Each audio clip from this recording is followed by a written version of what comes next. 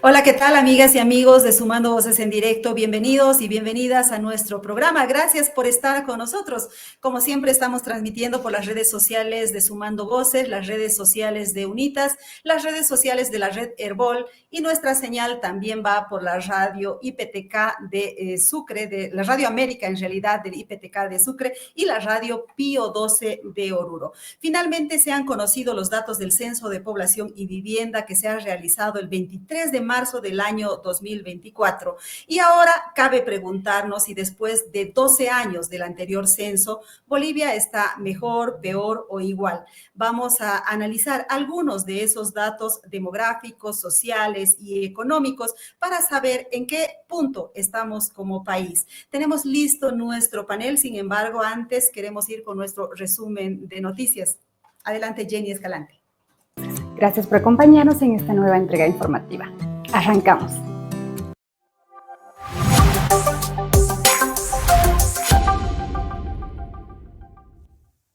Incendios. El Tribunal Agroambiental de Bolivia emitió una resolución que activa las medidas cautelares destinadas a mitigar y sofocar los incendios forestales en el país. En caso de incumplimiento, advirtió que remitirá los antecedentes al Ministerio Público para iniciar procesos penales. La resolución reconoce a la sociedad civil, defensores ambientales y bomberos voluntarios como actores clave en la protección de la madre tierra. El fallo también ordena medidas inmediatas de protección a la abogada ambiental Daniela Orihuela Arratia. Elecciones 2025. Tras las elecciones del 17 de agosto, ningún partido logró mayoría en la Asamblea Legislativa, compuesta por 6 fuerzas políticas y un representante indígena. Analistas advierten que la gobernabilidad dependerá de pactos y consensos, tanto en el Parlamento como en las calles, ante la presión social que aún mantiene el movimiento al socialismo. Aunque el escenario es complejo, también abre la oportunidad de construir acuerdos que den certidumbre y estabilidad al país. Caso Marupa. 7 meses después de la muerte del exdirigente Leco Francisco Marupa, la Fiscalía intentó realizar una inspección ocular en San Buenaventura, pero la audiencia fue suspendida porque no se trasladó al único detenido, el joven chimán Julio Lero, quien guarda detención preventiva en La Paz. Su abogado denunció irregularidades y parcialidad del fiscal a favor de la parte acusadora, mientras que organizaciones como UNITAS, REPAM y CEGIS cuestionan que hasta ahora no existe evidencia contra Lero y señalan errores e inconsistencias en la investigación. Avasallamientos. La Central de Comunidades Indígenas Tacana II, Río Madre de Dios, denunció ante la Defensoría del Pueblo el avasallamiento de territorios indígenas en el municipio de Ixiamas, en el departamento de La Paz.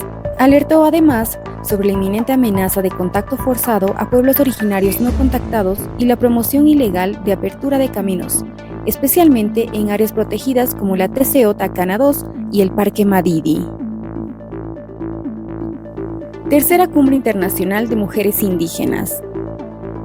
Con la fuerza de sus voces y el peso de su memoria ancestral, mujeres indígenas rurales de distintas regiones de Bolivia, Colombia, Perú, México y España reafirmaron en Santa Cruz, durante la Tercera Cumbre Internacional, el Pacto Verde que iniciaron en Cusco en 2022.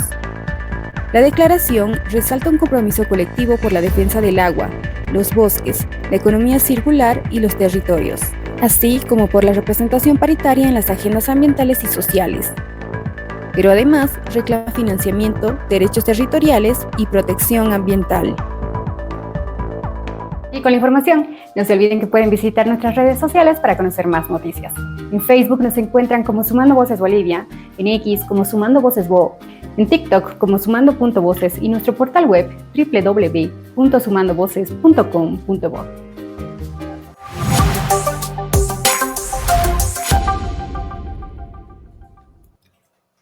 Gracias, Jenny, por hacernos ese resumen de las noticias que le interesan a la sociedad civil. Bueno, ahora damos la bienvenida a nuestros invitados. Está con nosotros Pablo Salazar Canelos. Él es representante del Fondo de Población de las Naciones Unidas en Bolivia, el UNPA. Bienvenido, señor Salazar. Buenos días. Muchas gracias, Mary, por la invitación. Muchísimas gracias. Está también con nosotros Juan Carlos Núñez. Él es director de la Fundación Jubileo. Bienvenido, Juan Carlos. Muy buenos días, un gusto estar compartiendo en este programa. Buen día. Y también nos acompaña Fabián Yaxic. Él es especialista en autonomías, planificación, gobernanza. Bienvenido, Fabián. Muy buenos días, gracias por la invitación. Muy bien, quiero arrancar con un par de láminas que nos muestran la estructura de la población boliviana dada a conocer en los datos del censo.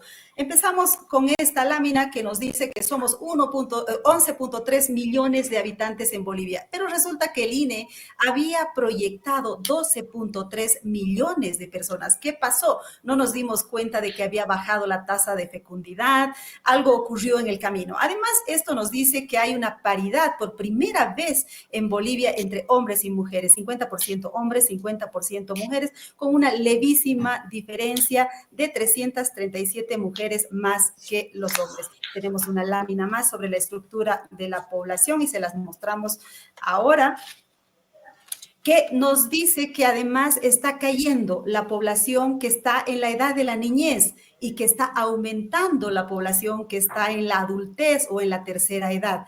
Veamos, de 0 a 14 años, la población ha caído del 38.7 en 2001 al 27% en el 2024 y ha subido, en el caso de 15 a 64 años, de 56.4% en 2001 a 65.6% en 2024. ¿Qué implica todo eso? ¿Qué implica que nuestra población sea un poco más adulta, un poco más de la tercera edad? Empezamos con el señor Salazar Canelos.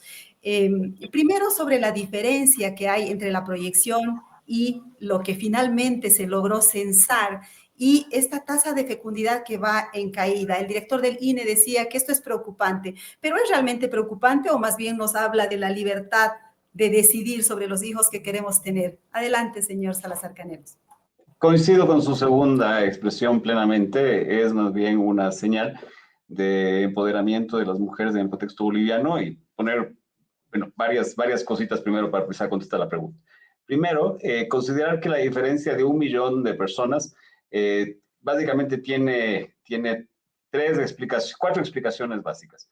Teníamos ya claras 2, ahora tenemos una tercera y finalmente la cuarta sale por diferencia. El primer tema es, efectivamente hay una reducción importante de la población de la fecundidad y por lo tanto tenemos menos niños naciendo. Solo voy a poner esto en el contexto. Se preveía, por ejemplo, para 2024 que existan nacimientos de aproximadamente 230,000 niños y en la práctica tuvimos nacimientos que estuvieron bordeando los 160,000. Entonces, existen estas diferencias importantes y esto utilizando también otros registros administrativos que ya existen y la cantidad de vacunas que se colocan de DSG. En el caso, la encuesta de demografía y salud nos muestra que esta caída en la fecundidad básicamente ocurre desde 2016 a 2019, cae la fecundidad de 2.9 hijos por mujer a 2.1 hijos por mujer. Sin embargo, la cantidad de hijos que las mujeres deseaban tener en el 2016 ya era de 2.1 hijos y en 2023 es de 1.9 hijos. Entonces, cae muy poquito la expectativa de la fecundidad de las mujeres, pero cae mucho la fecundidad que observamos. Uno podría pensar, y muchas de las cifras nos muestran que efectivamente tiene que ver con más acceso de las mujeres a servicios de salud, a anticoncepción, en términos generales a la posibilidad de poder tomar decisiones sobre el número de hijos que quisieran tener, en qué momento quieren tenerlos, con quién quieren tenerlos. Un segundo gran bloque que explica la caída es la mortalidad incremental que tuvimos en el periodo. Aproximadamente hay alrededor de 250,000 muertes adicionales que se producen en el periodo, muchas de ellas durante la época de COVID, no quiere decir que hayan sido COVID, pero hay mortalidad que se dio durante COVID en toda América Latina en exceso, y eso es parte de lo que también explica las diferencias con la proyección poblacional de los 12.3 millones. Y finalmente, ahora que tenemos las cifras del censo, encontramos que aproximadamente 300,000 bolivianas y bolivianos salieron, algo más que eso, salieron entre el 2012 y el 2024, salieron del país. Entonces hay un saldo neto migratorio que es negativo, en el sentido de que hay más personas que salen que aquellas que entran dentro del país, y eso explica otra parte importante. La diferencia, que estamos hablando aproximadamente de menos de 200,000 personas, va a ser omisión, va a ser, ¿no es cierto?, la no captura de la información durante el operativo censal, pero en términos generales eso es lo que explica el tema.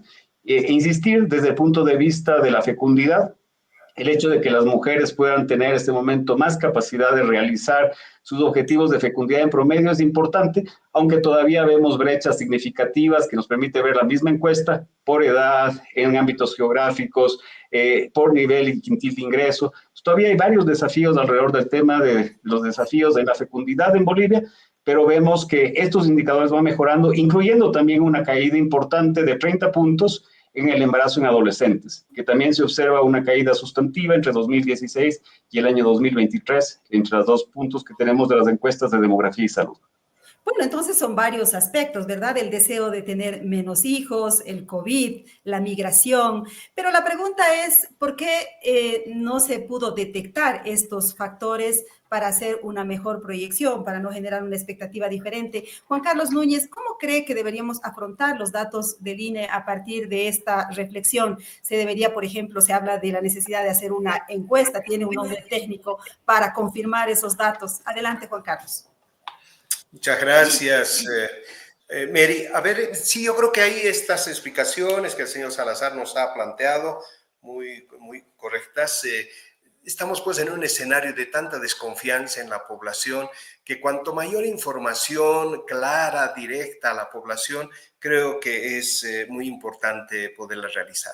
Y este tema, ¿no?, de las proyecciones del INE, sabiendo que toda esta tendencia, diríamos, de la reducción de natalidad venía prácticamente desde el año 2016, las proyecciones mostraban otra expectativa, se han hecho cálculos sobre esos temas, inclusive nosotros creo que utilizamos hasta eso para el cálculo de la distribución de la coparticipación tributaria en algunos lugares, pero, y claro, que venga esa diferencia bastante grande, creo que eso necesita mayores informaciones y mayor certeza también en la población. No sé si en cuanto a población proyectada y población censada también hubo un porcentaje llamativo, entiendo que es más del 8% aproximadamente, que también sería muy interesante esclarecerlo. Más lo decimos con el afán de darle la mayor información a la población, fundamentalmente. En América Latina más o menos el promedio creo que está por el 5,7%, ¿no?, entre la población proyectada y la población censada. Sería interesante conocer si estos también son elementos que se han abordado y si hay una necesidad de una encuesta post-censal que sería posible realizarla. Tal vez esto coadyuve a corregir estos errores de omisión que bien se planteaban, ¿no? Muy bien, entonces ahí está la propuesta para el INE de hacer esta encuesta postcensal para tratar de corroborar estos datos. Bueno, otro de los datos que se revela en este censo es que 7 de cada 10 bolivianos viven en las ciudades. Fabián Yassi, ¿qué significa eso para la planificación del país, para la distribución de recursos? ¿Qué le dice ese dato que un poco ya se venía proyectando, pero además se habla de que esta permanencia de la gente en las áreas urbanas sería más en las áreas de ciudades intermedias, no tanto en las ciudades capitales? Cuéntenos, Fabián. Como no, ante todo un saludo a mis contertulios, señor Salazar, a Juan Carlos, a Mary, gracias por la invitación. A ver, el censo ha determinado que la población en área urbana es del 69% versus 31%. Eso implica 2 puntos más de área urbana con respecto a hace 12 años. En el censo del 2012 se daba esa cifra menor solo en 2 puntos. Esperábamos alguito más. Las proyecciones establecían que las áreas urbanas podrían crecer hasta un 70-75%, pero bueno, este es el dato que nos ha arrojado el actual censo. Pero hay una dificultad por la modalidad en la cual se insistió para realizar el censo, que ha traído enormes dificultades precisamente por el impacto que está teniendo sobre las áreas urbanas más pobladas. Y me refiero a esta modalidad de censo de hecho que se le llama, que se censa a las personas que están en su lugar, que pasaron la noche en sus hogares, en sus viviendas. Sin embargo, esta modalidad del censo ha traído dificultades en la medida en que se hizo un sábado, que ha permitido, como el propio director del INE reconoció, cuando presentó los datos en el Departamento de La Paz, el director del INE hablaba de que probablemente en el día del censo, solo en el Departamento de La Paz, la gente se trasladó a sus lugares de origen en una cantidad aproximada de 200,000 personas, solo en el Departamento de La Paz. ¿Eso qué consecuencias ha traído, Mary? Primero, crecimiento inusitado de varios municipios del área rural, especialmente intermedios, municipios intermedios. En el caso del Departamento de La Paz, te pongo algunos ejemplos rapidito. 500% de crecimiento en Nazacara de Pacajes. Eso significa una tasa media de crecimiento del 45% que no tiene ninguna explicación. Achocalla, que es parte del área metropolitana, ha crecido en más del 100% según este dato del censo, 9% de tasa media de crecimiento intercensal, interanual. Viacha, que es un municipio importante, ciudad intermedia del área metropolitana, ha crecido en un 40%. Es decir, estas cifras, el 60 de los 87 municipios del Departamento de La Paz han crecido muy por encima de la media departamental. Esto ha incidido por supuesto, sobre los municipios más poblados. Si son 200,000 personas, eso podría implicar una omisión censal para ciudades capitales como La Paz, como El Alto, en el caso del Departamento de La Paz, que habrá que verificarlo, y la única manera de hacerlo son las estadísticas municipales, que se van a tener que empezar a contrastar con este dato, porque es preocupante que haya una sobrepoblación artificial en algunos municipios y en otra devaluada, es decir, mal contada. Entonces, ese es un tema que podría generar impacto, y el impacto mayor tiene que ver con este dato que me parece fundamental en el censo, que tiene que ver con el bono demográfico. Este bono demográfico, que creo que es uno de los elementos importantísimos para la planificación, para la gestión, para la gobernanza territorial especialmente. El bono demográfico establece que 66% de la población está en edad de trabajar, que es las personas que tienen condiciones de encarar laborales fundamentalmente, por encima del 34% de gente, de personas dependientes. Esto es fundamental. Hay diferencias a nivel local y ahí el análisis territorial ya marcan algunas diferencias. En La Paz es el municipio que, aunque ha perdido población, tiene en porcentaje la población más grande de adulto mayor, 10% de su población. Y tiene también el mayor porcentaje de bono demográfico. Santa Cruz de la Sierra tiene un bono demográfico importantísimo de más de 1.100.000 habitantes, casi el 70% también de su población. Y El Alto, que sabemos todos que es un municipio joven, evidentemente muestra en la menor porcentaje de población mayor de 65 años, 5%. Este es un dato fundamental para encarar políticas públicas hacia adelante, especialmente de municipios y de gobernaciones. Muy bien, entonces, obviamente los bolivianos se han movilizado en torno al censo, pero no necesariamente para hacerse censar, sino para ir a hacerse censar a determinados puntos del país, porque de esa manera sus municipios recibirían más recursos. Quiero mostrarles un par de láminas que nos muestran cómo está esta población boliviana en términos de pobreza y en términos de crecimiento urbano rural. Veamos, por ejemplo, el índice de necesidades básicas insatisfechas. Nos centraremos en el cuadrito del centro, que nos dice que 1.1 millones de ciudadanos tienen sus necesidades básicas insatisfechas, mientras que el 3.2% en el área rural, es decir, el doble, tienen esas necesidades básicas insatisfechas. La conclusión es que el 58% de la población del área rural tiene estas necesidades básicas insatisfechas, mientras que en el área urbana es del 26%. Estamos hablando básicamente de una brecha que se duplica entre el área urbana y el área rural. Si bien ha habido mejoras en cuanto a pobreza en Bolivia, por supuesto, los índices han bajado, la brecha todavía se mantiene entre el área rural y el área urbana. Tenemos una más a propósito de lo que nos comentaba Fabián Jaksic, el crecimiento de la población en las áreas urbanas y el estancamiento de la población en las áreas rurales. Como conclusión, 7 de cada 10 bolivianos viven en las ciudades, que es lo que acabamos de comentar con nuestro invitado. Vamos con Pablo Salazar Canelos para preguntarle cuál es el reto que tiene Bolivia respecto a esta diferencia que hay entre área urbana y área rural en cuanto a necesidades básicas insatisfechas. Gracias. Primero quisiera mencionar lo que decía Juan Carlos, decir que se hizo encuesta postcensal, los datos están en este momento ya procesados.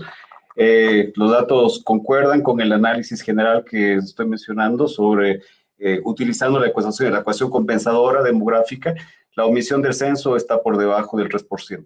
Entonces, no hay un problema severo de omisión y eso hace que justamente podamos conversar con certeza sobre estos datos importantes, que son los datos a nivel subnacional. Podemos ver.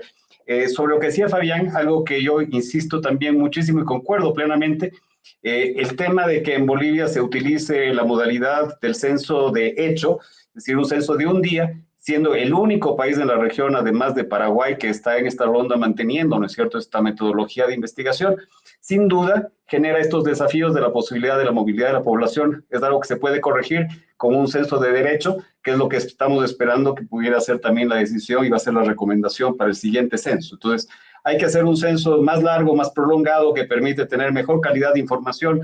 También a la larga termina siendo más barato y tiene menos impacto en términos de tener que paralizar el país durante un día completo. Sobre lo que usted mencionaba, en términos de la ansiedad básica insatisfecha, creo que mencionar que es importante que hay avances entre el año 2012 y el año 2024. Hay una reducción bastante sustantiva de estos niveles, que básicamente es un índice compuesto que mide los accesos a educación, los accesos a salud, mide los accesos a agua potable, saneamiento, calidad de la vivienda. Entonces, en términos generales está midiendo condiciones estructurales de los hogares, pero también, por lógica, en el área rural es mucho más difícil tener agua potable y saneamiento, por ejemplo.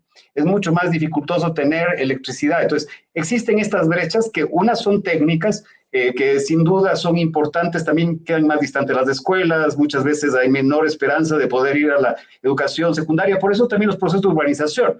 Personas vienen, ¿no es cierto?, en muchos casos también a las urbes ante la expectativa de mejorar condiciones de vida y tener acceso a servicios de mejor calidad. No necesariamente nos muestra, ¿no es cierto?, y estas tendencias también, la tendencia del crecimiento de la población en las zonas urbanas, nos muestra que hay una tendencia en general a darse no solo por la provisión de servicios, sino por las oportunidades económicas. Entonces, no creo que solo hay como poner el énfasis sobre la provisión de servicios, porque podemos tener muchos servicios en el área rural. Si no hay oportunidades económicas, la gente se va a ir, porque necesita tener ambas cosas, oportunidades económicas y servicios. Y en muchos casos, la dinámica de las zonas rurales cada vez es menos importante, no solo en Bolivia, sino en América Latina y el Caribe. Un segundo elemento a considerar es, en todos nuestros países existen factores estructurales de desigualdad que estén siendo enfrentados, pero tampoco se han solucionado, ¿no es cierto? Y no se solucionan en lapsos cortos. 10 años es un periodo muy corto. Se puede ver avances, pero evidentemente lograr cambiar y erradicar, por ejemplo, la extrema pobreza, el poder trabajar en garantizar el 100% de cobertura de agua potable, de saneamiento en todo el país, implican, ¿no es cierto?, programas de inversión de más largo plazo, donde tenemos que ver si estamos yendo en la línea, en la ruta correcta. Yo creo que es útil ver que hay avances importantes, pero claro, todavía quedan desafíos. ¿Cuál es la utilidad del censo? Podemos saber en qué comunidades de este momento falta electricidad, dónde no hay conectividad a, por ejemplo, telecomunicaciones, dónde no tenemos acceso a Internet. A mí me sorprende, por ejemplo, ver que todavía hay casi 8% de los hogares en las zonas urbanas que no tienen acceso a electricidad. El censo nos permite saber en qué lugares están dónde están los hogares que no tienen acceso a electricidad, dónde están aquellos que no tienen acceso a agua segura, dónde están aquellos que no tienen acceso al alcantarillado, de tal forma que podamos identificar mejor, ¿no es cierto?, las brechas, igual que con la educación, igual que con la salud. Entonces, la gran riqueza del censo es justamente ayudarnos para poder hacer una nueva planificación, un nuevo plan de desarrollo e identificar las prioridades para la asignación de recursos que permitan cerrar justamente estas brechas y estas dificultades que observamos para la población boliviana. Claro, pasaron 10 años, 12 años desde el anterior censo, sin embargo, hay que tomar en cuenta que venimos de una época de bonanza, 15 años que Bolivia tuvo gran cantidad de recursos. Habría que preguntarle, entonces le voy a pasar la pregunta a Juan Carlos Núñez, ¿cómo se han invertido estos recursos? Es decir, pensábamos que se estaban yendo al área rural porque estamos viviendo en un estado plurinacional, un gobierno que ha conectado con el bloque popular. ¿Dónde han ido estos recursos si es que el área rural mantiene esta brecha tan grande con la ciudad? Gracias, Mary. Bueno, en realidad los datos nos están mostrando, creo que una constatación, ¿no? Es cierto que se redujo la pobreza estructural, pero creo que hay que leerlo al otro lado. Es decir, de cada 10 bolivianos, 3 bolivianos todavía viven en esa situación de pobreza estructural. Ese debe ser nuestro principal llamado de atención para ver en qué medida podamos responder. Y lógicamente está vinculado a lo que dice, una bonanza que la hemos tenido hasta el 2014 y que lastimosamente ha sido destinada en muchos casos a unos fines que no necesariamente han generado reinversión en el país. Hemos sido muy buenos distribuidores, pero poco hemos visionado el tema de la posibilidad de darle mejor calidad de vida. Y en esto están los reflejos de los grandes desafíos que hoy nos presenta el censo, Mary.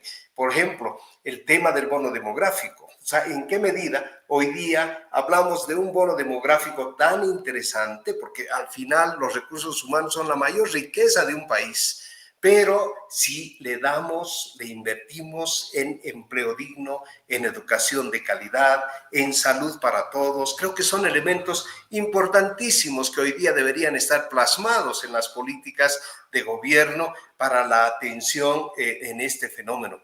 Pero además nos pone en una interrogante muy grande, Mary, ahí viene el tema, esa bonanza impulsó el desarrollo rural, cuando los datos nos muestran que más bien la tendencia es a urbanizarnos, y en el occidente pareciera ser que tenemos un gran reto de cómo encarar el tema del desarrollo rural, lo que no pasa en el oriente de alguna manera, ¿no?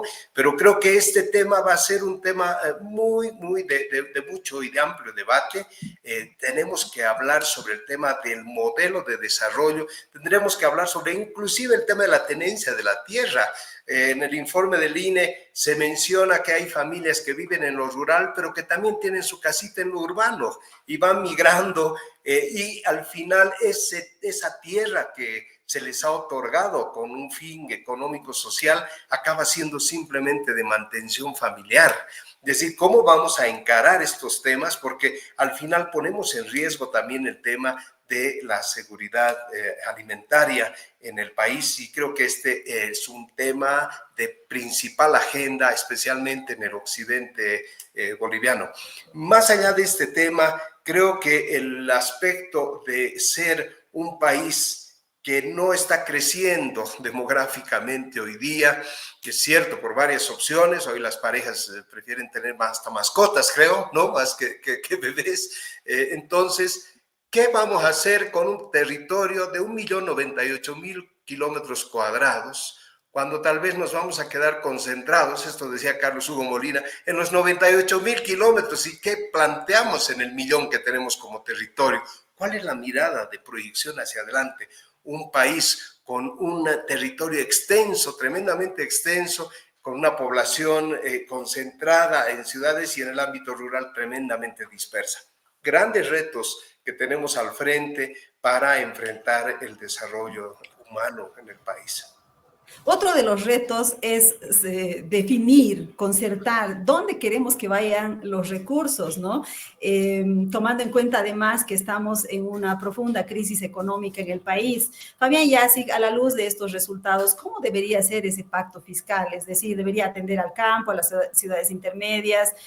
¿Cómo debería encararse además esta necesidad de un pacto, de un acuerdo entre todos los bolivianos?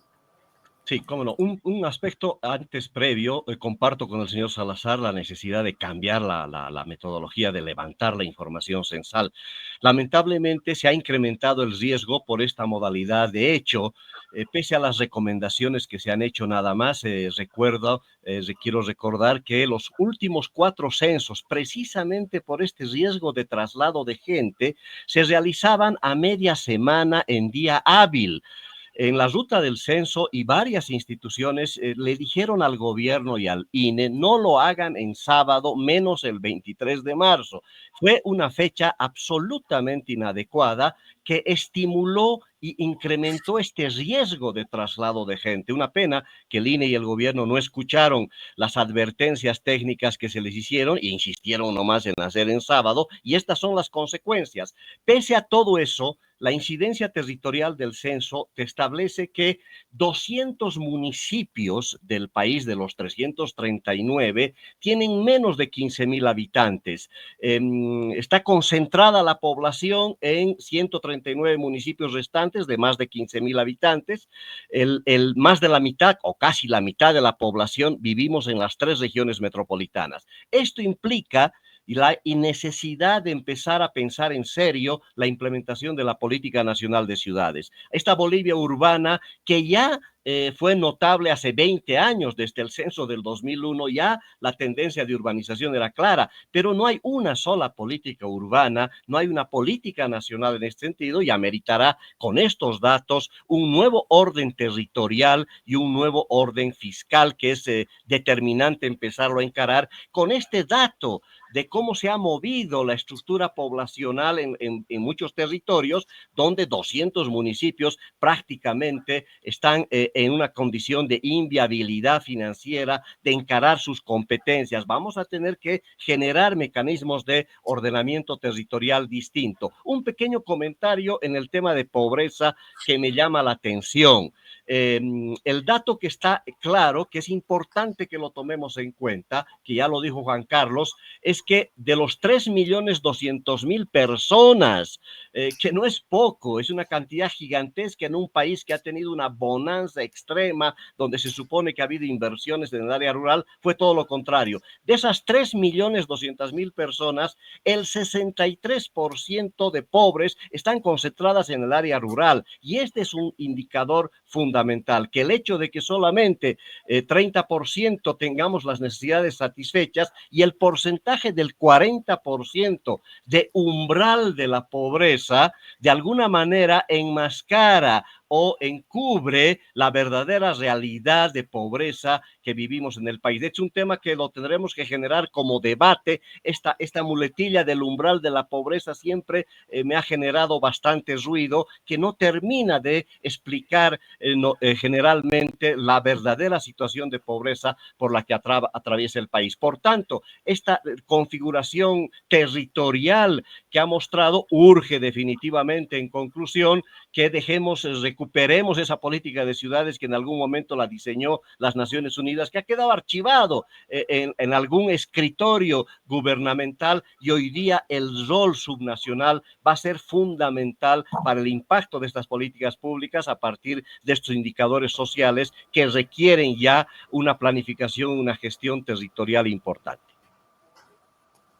Quisiera que hablemos con el señor Salazar Canelos un poquito sobre las mujeres. Esta encuesta o este censo, mejor dicho, nos revela que estamos iguales, hombres y mujeres. ¿Qué habrá pasado para que nivelemos hombres y mujeres para empezar? Segundo, hablamos de una tasa de fecundidad mucho más baja, lo que habla de que los objetivos de las mujeres empiezan a tomarse en cuenta y a cumplirse en cuanto a hijos, etcétera, menos embarazo adolescente, en fin. Eso quiere decir que en cuanto a los derechos de las mujeres estamos mejorando.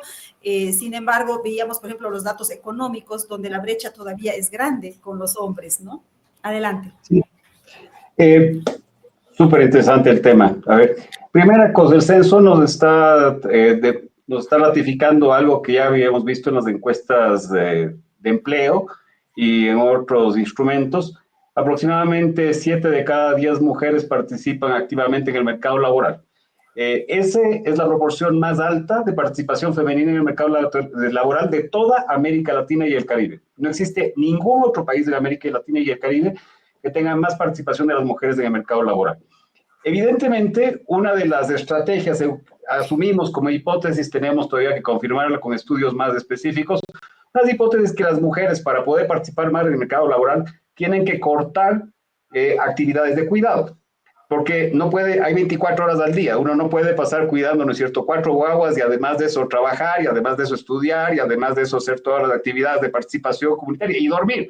Entonces, evidentemente, lo que ocurre en varios países de América Latina que no tienen buenos sistemas de cuidado, donde no tenemos políticas que garantizan y facilitan, ¿no es cierto?, a las mujeres, o donde los varones no participamos activamente en las actividades de cuidado, la alternativa que tienen las mujeres es reducir su fecundidad. Entonces, uno de los grandes temas que probablemente explica la razón por la cual la fecundidad va en caída es justamente por la necesidad de participación, pero además no solo son las mujeres, si uno ve también las preferencias de fecundidad, uno ve que más hombres de este momento en la encuesta de demografía y salud quieren tener ningún hijo que mujeres. Entonces, hay más hombres, casi un 25% de hombres no desean tener descendencia, a diferencia de lo que ocurría en el pasado, donde siempre había un grupo más grande de mujeres que era la que decidía que no quería tener hijos. Entonces, hay un cambio en general dentro de las preferencias de fecundidad, tanto para hombres como para mujeres. Después, sobre la paridad, es un hecho más anecdótico que otra cosa, porque si usted ve, no necesariamente es en todas las municipalidades, no es en todos los grupos de edades, simplemente coincide, y yo también me sorprendí con el dato de que haya solo 400 mujeres de diferencia. Usualmente uno encuentra más mujeres, siempre es muy pequeñito, o sea, si uno ve los censos de la región, va a ser el 50.4% versus el 49.6% de hombres, o sea, siempre está en márgenes que son muy pequeñitos, nunca ha habido esta cosa de que hay 3 mujeres por cada hombre, jamás. La estructura y la probabilidad de que nazca un hombre y una mujer, ¿no es cierto?, es 50-50 dentro del nacimiento. Los hombres usualmente tenemos más riesgo, asumimos más riesgo que las mujeres y además tenemos también más probabilidad de morir en edades pequeñas porque somos más débiles, tenemos más fragilidad desde el punto de vista biológico. La verdad es que siempre hay una supervivencia un poco más alta de mujeres, por eso la esperanza de vida de las mujeres es más alta. Uno va a empezar a encontrar en Bolivia, eso todavía no se ve mucho, pero a medida que vaya envejeciendo la población, este índice va a irse más hasta mujeres, porque las mujeres en principio no sobreviven a los hombres 10 años. Es decir, si yo tengo mi esposa es de la misma edad, lo más probable es que mi esposa viva casi 10 años más de lo que voy a vivir yo, por condiciones justamente de salud, de acceso, de modos de vida. Los hombres usualmente consumimos más alcohol, cigarrillo, entonces hay ciertas conductas de riesgo que a la larga generan esto y eso va a empezar a verse en el futuro. Como les digo, es más un tema anecdótico. Ahora, quería mencionar algo a propósito que estamos hablando de la fecundidad. No es cierto que en este momento la población de boliviana esté cayendo. O sea, la población, demográficamente, la población de Bolivia va a seguir creciendo hasta el año 2060-2070. Entonces, el hecho de que la fecundidad va a depender mucho de la velocidad a la cual caiga la fecundidad y también la velocidad a la cual existan fenómenos como la emigración.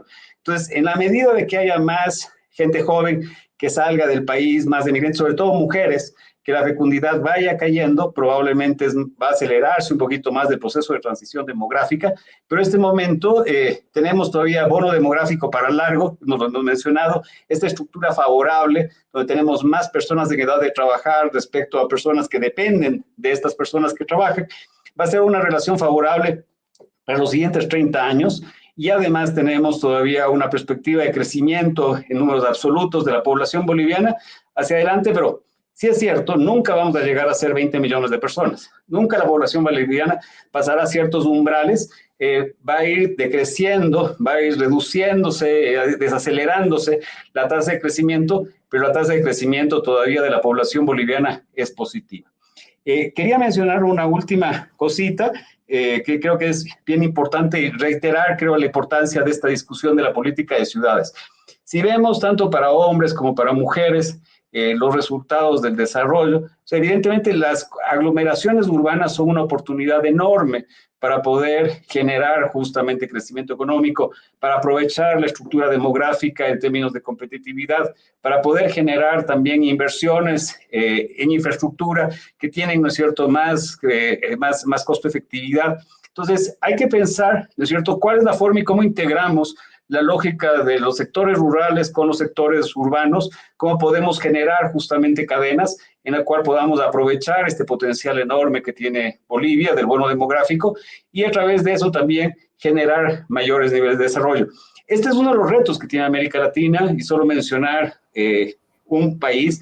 Panamá presentó anteayer su análisis de situación poblacional después del censo último que hicieron en el 2022 y nuevamente la misma discusión. Las áreas rurales de Panamá tienen niveles enormes de pobreza a pesar de que es un país que tiene $20,000 de ingreso per cápita. Entonces, el tema de tener ingresos altos, de tener, ¿no es cierto?, presupuestos de inversión pública altos, no necesariamente garantiza que las inversiones permitan cierre de ciertas brechas si no consideramos, ¿no es cierto?, un entorno completo y complejo que incluye también las oportunidades económicas.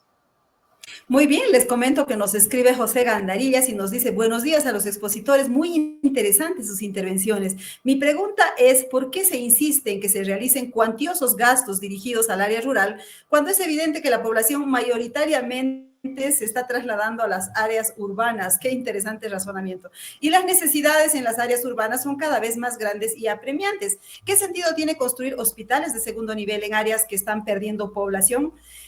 Conocemos que en estas áreas rurales se tiene infraestructura sin utilizar, personal profesional que no se encuentra ocupado al 100%, pero claro, cobran 100% de su salario e irónicamente en los hospitales de las ciudades capitales están abarrotados y no dan abasto para atender la enorme población que concentran.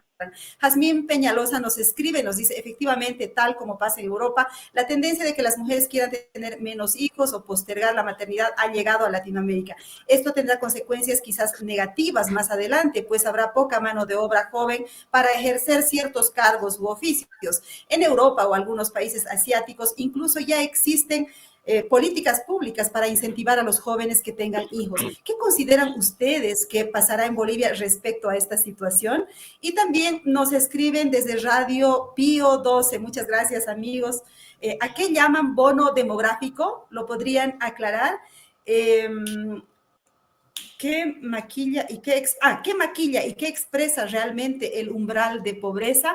Preguntas muy interesantes para nuestros panelistas, pero antes quiero mostrarles unas laminitas más que tenemos para continuar esta charla. Quiero empezar con esta, que se viene a continuación. Sí, asistencia a establecimientos educativos de 4 a 14 años. Fíjense, en el nivel inicial, en todos los niveles se ha aumentado, obviamente, la asistencia a las escuelas, ¿no? Sin embargo, todavía existe un porcentaje, y me llama la atención, sobre todo en el nivel inicial, que solamente el 84.4% esté asistiendo a la escuela. En el nivel primario, 98.1%, y en el nivel secundario, 93.3%. Sigamos, por favor. Tenemos una lámina más que nos muestra la participación en el mercado laboral para hablar en qué tan ocupada está la población boliviana, pero además en qué sectores trabajan los bolivianos. Fíjense ustedes que en general el 71.4% de la población tiene participación en el mercado laboral, nos dice la encuesta. Sin embargo, luego se lo preguntaré a Juan Carlos Salazar para hablar un poco de la calidad de este empleo. Y tenemos una lámina más, por favor, que justamente nos pregunta actividad por sectores económicos. Fíjense, en el primario, secundario y terciario. En el terciario está la mayor parte de los trabajadores bolivianos. ¿Y qué es el sector terciario? El sector de servicios, el sector de comercio. Vamos entonces con la pregunta para Juan Carlos Salazar. ¿Cuál es la calidad del empleo en Bolivia? Si bien el censo nos dice la mayoría de los bolivianos tienen empleo, 7 de cada 10, pero ¿en qué trabajan los bolivianos? Juan Carlos. Juan Carlos, ¿nos escuchas? Aló, aló. ¿Aló? Ahora sí. Sí. Ahora sí. Ahora sí. Adelante, Juan Carlos. Sí. Perdón, Melis, que dijiste Juan Carlos Salazar. Yo estaba mirándolo a Pablo. Esto fue un lapsus atribuible solo a mí, así que es Juan Carlos Núñez. Disculpas, conozco a Juan Carlos Salazar, que es mi colega. Muy importante. A ver, hablemos del tema del empleo en Bolivia. Creo que es un aspecto muy importante que hay que retratarlo de manera adecuada. Es cierto que hay una mayor participación de la mujer en las actividades laborales, pero también no nos podemos olvidar que somos el país con una mayor porcentaje de la población que está en la economía informal, ¿no? Esta economía informal que no te garantiza un empleo de calidad, no te garantiza seguridades laborales y que peor todavía en el crecimiento del sector servicios, como vos decías, Mary, o de comercio, no garantiza empleos de calidad. Y hoy día, con el impacto de la inflación y la crisis económica, peor aún todavía, creo que muchas personas finalmente, más allá del tema del empleo, más allá de los estudios superiores inclusive, acaban concluyendo en trabajos de baja productividad o en la informalidad o el subempleo, que se transforma en una característica muy compleja para el país. Entonces, esto requiere un profundo debate sobre el tema del modelo de desarrollo que vamos a encarar en Bolivia hacia adelante. Es cierto que tenemos lo mejor, lo sustancial, y ahí podríamos decir el bono demográfico es cuando tenemos la mayor población en edad productiva, de condiciones de trabajar. Y para ello este fenómeno lo tendremos por bastantes décadas adelante. Según Pablo nos menciona, casi 60, nosotros hablábamos de casi 30 años adelante, que va a ser una principal riqueza para el crecimiento del país, pero tenemos que darle las mejores condiciones para que no tengamos después estos fenómenos de la emigración, que por no encontrar oportunidades en nuestro país, la gente se tenga que ir a generar riqueza a otros países. Creo que estos son los temas centrales en la agenda y hoy día, frente a un proceso de desinstitucionalización tan compleja en el Estado y con grandes desafíos económicos, energéticos, sociales, ambientales, que creo que será muy importante escuchar hoy día a quienes están en la segunda vuelta, qué le están proponiendo al país. Y creo que nosotros como ciudadanos tenemos la enorme responsabilidad de decidir plena y soberanamente el voto, porque el futuro está en nuestras manos, de lo que vamos a llevar adelante con todas estas características poblacionales, demográficas que nos plantea el censo 2024. Ahora vamos con Fabián Giaxic para que le responda a la persona que nos escribe, a José Gandarillas, sobre esto de por qué invertir en el área rural si la gente está en las ciudades. Yo creo que nuestra enorme responsabilidad Fabián. es frenar la perspectiva de despoblamiento de las áreas rurales. Y esto es, por eso es fundamental invertir en el área rural. Creo que es una obligación que generemos políticas equilibradas para generar condiciones de desarrollo en las áreas rurales, y ahí tenemos que identificar ciudades intermedias que podrían apalancar el desarrollo en regiones con una mayor población rural. Creo que es fundamental precisamente para evitar que se siga migrando la gente hacia los centros poblados en busca de nuevas oportunidades. Eso va a ser imparable, claro, porque las ciudades generan siempre en su propio desarrollo mejores condiciones de servicios y qué sé yo. Pero bueno, no podemos descuidar el área rural porque vamos a tener ahí una enorme dificultad, no solamente en términos alimentarios, cuidado, estamos hablando de seguridad alimentaria de las ciudades, un tema ambiental que hay que precautelar. Es decir, hay muchas razones por las cuales es imprescindible no descuidar el área rural. Pero un elemento, Mary, que yo quería introducir, que no ha sido tocado, que ha generado mucho ruido, especialmente a la manera como el INE ha encarado este censo. Cuando uno entra a los datos de vivienda en la página web oficial del Instituto Nacional de Estadísticas, uno se encuentra con una notita al pie de los datos de vivienda. ¿Qué dice esta nota al pie? Dice: para el censo 2024, vivienda particular ocupada con personas presentes es igual a hogar. Y aquí va la pregunta especialmente para el señor Salazar, el representante del UNFA, si ha sido correcto el confundir vivienda particular con hogar, no separar esta unidad de análisis de la vivienda con respecto al hogar, y podría generar ciertas dificultades en la lectura de los datos, pues por sentido común una vivienda puede albergar más de un hogar.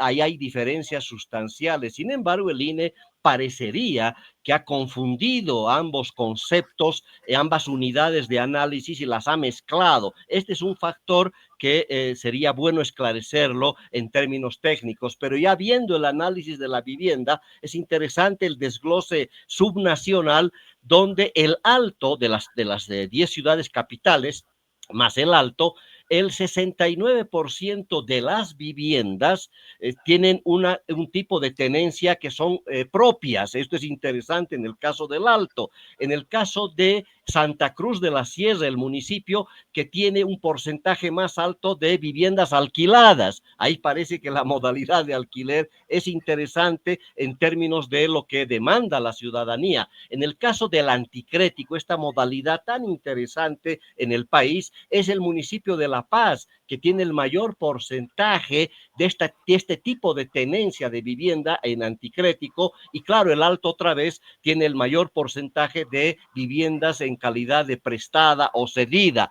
Y un dato interesante, personas temporalmente ausentes, el Alto tiene el mayor porcentaje de esas viviendas donde se encontró con gente ausente. Ojalá eso no se deba precisamente a esta movida de la gente a sus lugares de origen. Estos son los elementos que yo quería introducir, que todavía me provocan cierto ruido al momento de leer los datos del INE.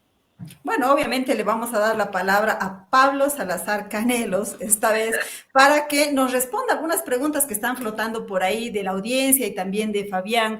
Por ejemplo, el tema de la caída de la tasa de fecundidad y las consecuencias que puede tener en la economía. Nos preguntaba una persona de nuestra audiencia, Jazmín Peñalosa, y desde la radio Pío 12 nos preguntaban a qué llaman bono demográfico y qué maquilla, qué expresa realmente el umbral de pobreza, y además de esta diferencia conceptual entre hogar y vivienda. Adelante, señor Salazar Canelos. Gracias. Para a propósito de lo que pasó con Juan Carlos, a mí siempre me llaman Pedro Salazar, después descubrí que es porque hay un prócer que se denomina Pedro, entonces yo siempre soy Pedro. Gracias. Sobre el tema, importante creo que ir con cada uno de los temas. Voy a empezar con bono demográfico, que es lo más general de la pregunta.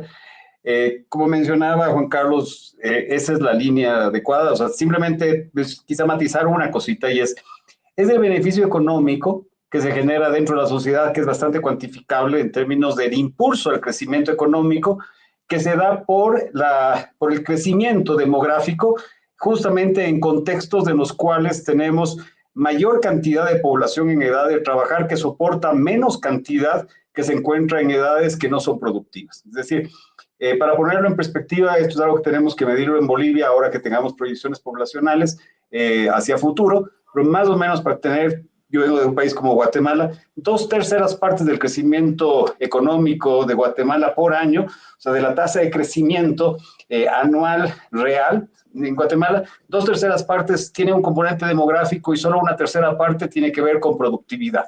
Entonces, básicamente eso es lo que ocurre, pero esa productividad va a tener que ir compensando paulatinamente el aporte económico que está haciendo la parte demográfica, porque tenemos más gente trabajando, más gente que está consumiendo, más gente que está empujando el crecimiento económico en términos generales, pero esa es una situación que va a durar solamente durante una ventana que llamamos la ventana demográfica de oportunidades, luego va a tender a decaer, y justamente la demografía en el tiempo se convierte en cambio, un factor que ya no está impulsando, sino que está más bien reduciendo crecimiento económico. Si uno ve la decomposición del crecimiento económico de Japón, el crecimiento económico, la contribución demográfica del crecimiento económico de Japón es negativa. Si menos 1.2 es la contribución económica del crecimiento demográfico, y la productividad está contribuyendo aproximadamente 1. Por eso está creciendo a 0.2 negativo. Entonces, básicamente, esto es algo que va a terminar ocurriendo en algún momento dentro de la economía boliviana, por eso clave justamente el que se pueda implementar políticas que garanticen mayor productividad de cada persona que está dentro del mercado laboral, y con eso tengamos, ¿no es cierto?, una posibilidad de sostener el crecimiento económico más allá de lo que nos está entregando en este momento la demografía. Entonces, y eso tiene mucha relación con la pregunta de la caída en la fecundidad. Entonces, si la fecundidad cae y tenemos menos personas, varios países lo que han optado es por poder garantizar que cada persona que esté en el mercado laboral tenga una productividad más alta. Pensemos en economías como la uruguaya, para no irnos a hablar de Europa. En Uruguay hay este momento ya un proceso en el cual ya no tenemos bono demográfico, tenemos una economía envejecida, sin embargo el país sigue creciendo, porque tiene ganancias netas en términos de productividad.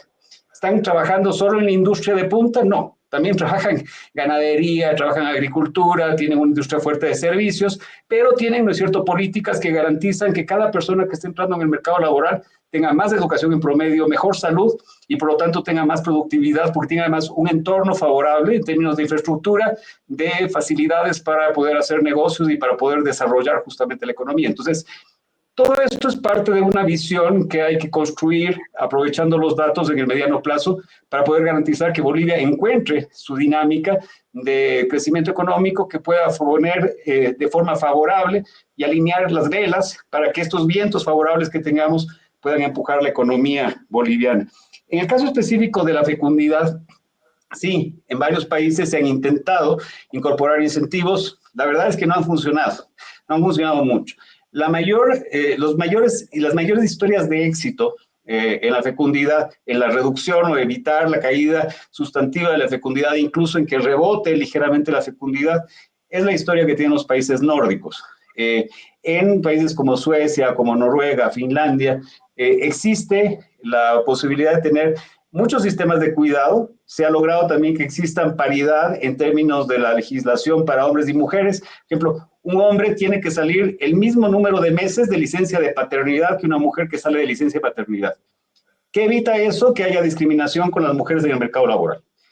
Todo eso, evidentemente, la sociedad está asumiendo esos costos a través de la seguridad social. Entonces, hay políticas públicas que están dirigidas a esto y están financiándolo. Además, hay apoyo del Estado para poder generar, ¿no es cierto?, prácticas y compromisos para sistemas de cuidado, pero además los hombres han asumido roles de cuidado dentro de los hogares ya de una forma estructural y para eso hay décadas de inversión en educación integral, en sexualidad, en trabajar en políticas de igualdad entre hombres y mujeres que finalmente están dando sus frutos. Eso ha permitido que haya una convergencia y las mujeres hoy tienen un ideal de fecundidad que está por encima de la fecundidad que estamos observando.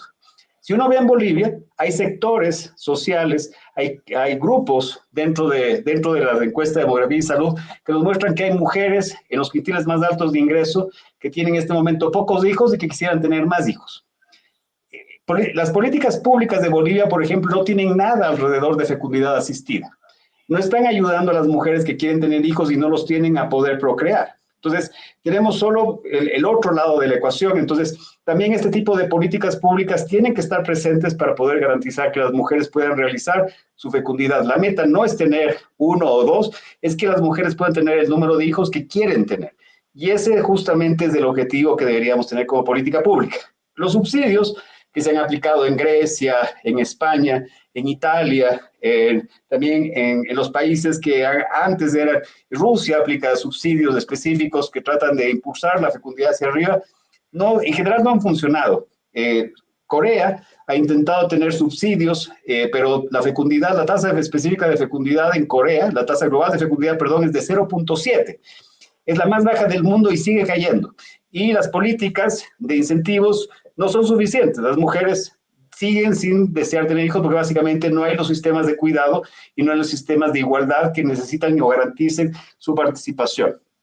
Ya en términos de la pregunta sobre el umbral de pobreza, creo que los colegas tienen mucho más idea de cuál es el imaginario que existe, pero simplemente decir que existen instrumentos normativos y hay objetivos que ha trazado el país. Uno de esos es, por ejemplo, la reducción de la pobreza. Hay metas específicas, igual que en otros indicadores dentro del plan de desarrollo, que yo creo que el censo simplemente ayuda para poder identificar si han sido logradas y también ver cuáles podrían ser las mejoras que necesitamos introducir para poder avanzar dentro de esa lógica. La inversión pública puede ser uno de los factores para igualar, pero no es el único instrumento. También tenemos que considerar, ¿no es cierto?, la posibilidad de los hogares de invertir, sus capacidades de ahorro, las posibilidades de ingreso. Entonces, el hecho de construir vivienda o construir sistemas de agua potable o escuelas, sin duda puede ser un elemento importante, pero no necesariamente es el único a considerar en términos de las políticas de reducción de la pobreza. Y sobre este tema, Fabián, yo tuve la misma sorpresa cuando vi los datos del censo, el hecho de que no hay, es usual en América Latina, los otros censos que yo había visto tienen normalmente una distribución donde tienes vivienda, hogar, persona, entonces usualmente dentro de la vivienda podrían existir más hogares. Considerar que este es una situación compleja de implementar en un censo de hecho. O sea, normalmente en los censos de hecho, cuando uno le pone cosas muy complicadas a un encuestador que es un voluntario que fue capacitado un par de horas, con suerte 4, 6 horas, 8 horas, y que tiene que desarrollar, ¿no es cierto?, el tema en un día, que no tiene una formación profesional para poder hacer el levantamiento de este tipo de instrumentos, la probabilidad de errores cuando uno genera temas complicados es alta. Entonces, para poder ganar temas como 2%, 3%, 4% de los hogares, voy a explicar por qué eso en el contexto de Bolivia, va a ser muy difícil el poder incorporar una tarea general de poder preguntar en todos los casos, bueno, cuántos hogares hay aquí y explicar de qué se trata un hogar y cómo vamos a segmentar el hogar en el contexto de todas las personas que se encuentran dentro de la vivienda y si va a ser el concepto de que usamos una olla común para cocinar. Entonces, yo siento que hubo una lógica de dividir. Se pueden reconstruir los hogares cuando tenemos, ¿no es cierto?, dos jefes de hogar, cuando tenemos, ¿no es cierto?, claramente podemos identificar en cada vivienda estructuras diferenciadas. Lo que argumentó un poco el INE en su momento fue que no es muy general en Bolivia tener hogares múltiples dentro de las viviendas. No es la tendencia general. Yo he visto mucho más de este tema en lugares donde hay fuerte inmigración. Entonces, si vamos y vemos, por ejemplo, lugares que han recibido mucha inmigración venezolana, como Ecuador, Colombia, Panamá, vamos a encontrar, por ejemplo, viviendas donde convivían 8 familias, conviven 9 familias, están hacinadas probablemente en pequeñas unidades familiares.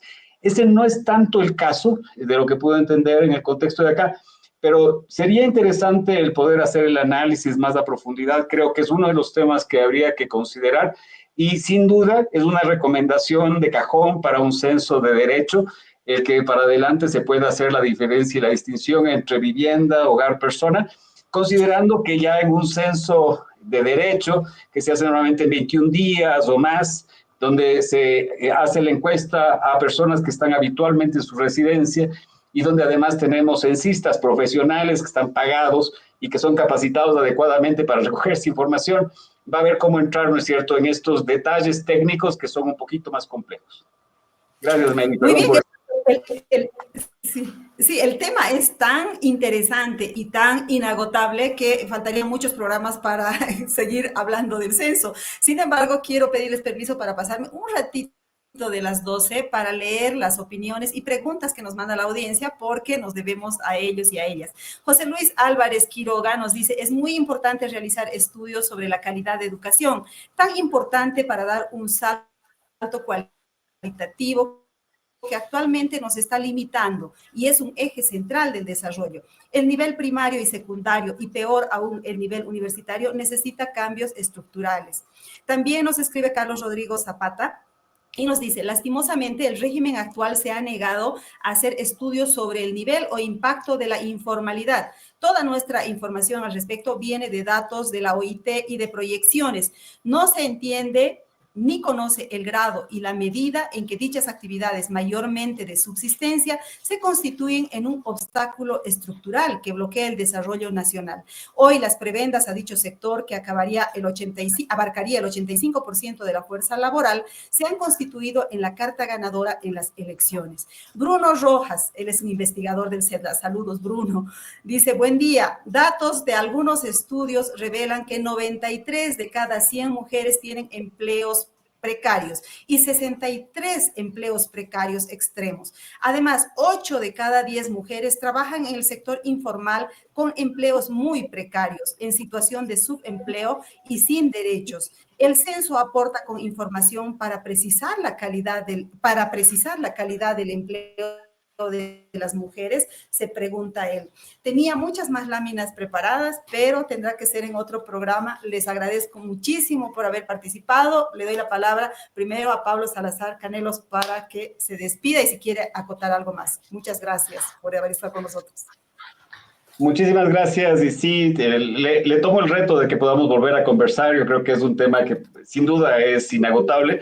Mencionar que vamos a empezar a hacer capacitaciones a nivel nacional para el uso del censo a través de Redatam. Vamos a estar trabajando con el CEP de Cochabamba para poder hacer esto. Entonces, será un gusto el que cada vez más la comunidad académica y de investigación se vaya incorporando.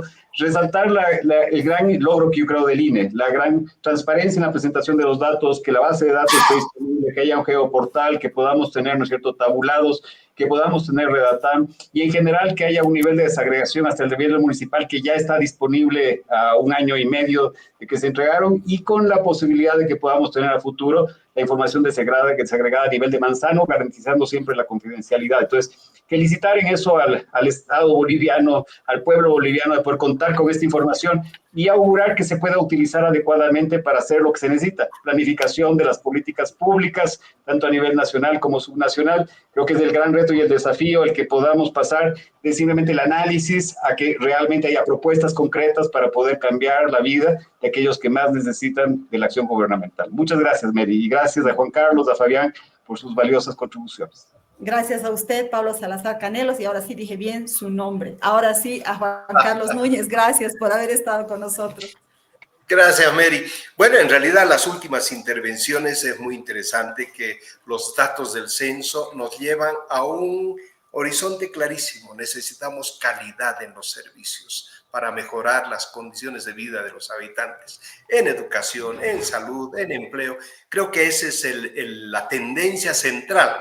Esperemos que nuestros candidatos tomen en cuenta mucho este tema que es fundamental para el cuidado del desarrollo humano integral en la gente.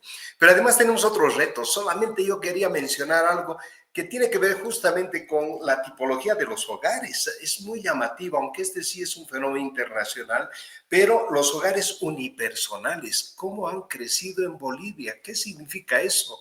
Estamos en un marco de soledad, necesitamos promover tal vez el tema del bienestar emocional, asegurar apoyo y oportunidades para todos los hogares, aunque un porcentaje de ello debe ser de la gente que se quedó, que no fue al campo y se quedó ahí como jefe de familia registrado. Puede ser que haya tenido esa tendencia, pero de todas maneras el crecimiento es muy llamativo y nos debe llamar la atención lo que está aconteciendo en la psiquis del ciudadano boliviano, que creo que es otro elemento importante que nos llama también este resultado del censo. Y finalmente decir que efectivamente creo que los efectos comparativos del 2001 al 2024 son muy valiosos. El 2012 como que tenemos muchas deficiencias, hemos tenido, da la sensación de que hemos navegado sin bitácora mucho tiempo en el tema del desarrollo del país, pero creo que hoy día sí. Qué bueno que Pablo haya mencionado un tema que tienen el esfuerzo de bajar inclusive hasta manzano el dato. Este es un tema fundamental para gobiernos municipales, para investigadores, para ONGs, instituciones que trabajan en desarrollo, etcétera.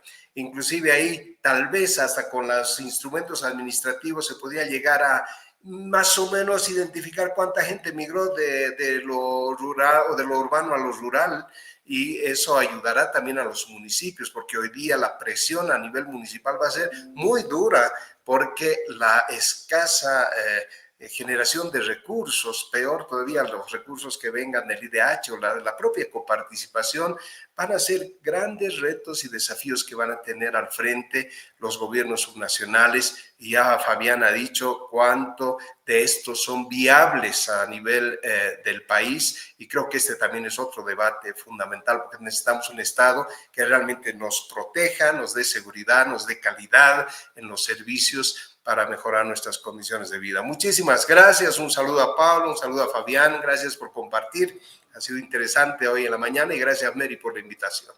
Claro que sí, Fabián Yacic, muchísimas gracias por haber participado en el programa. Sí, un gusto, nada más un pequeño comentario.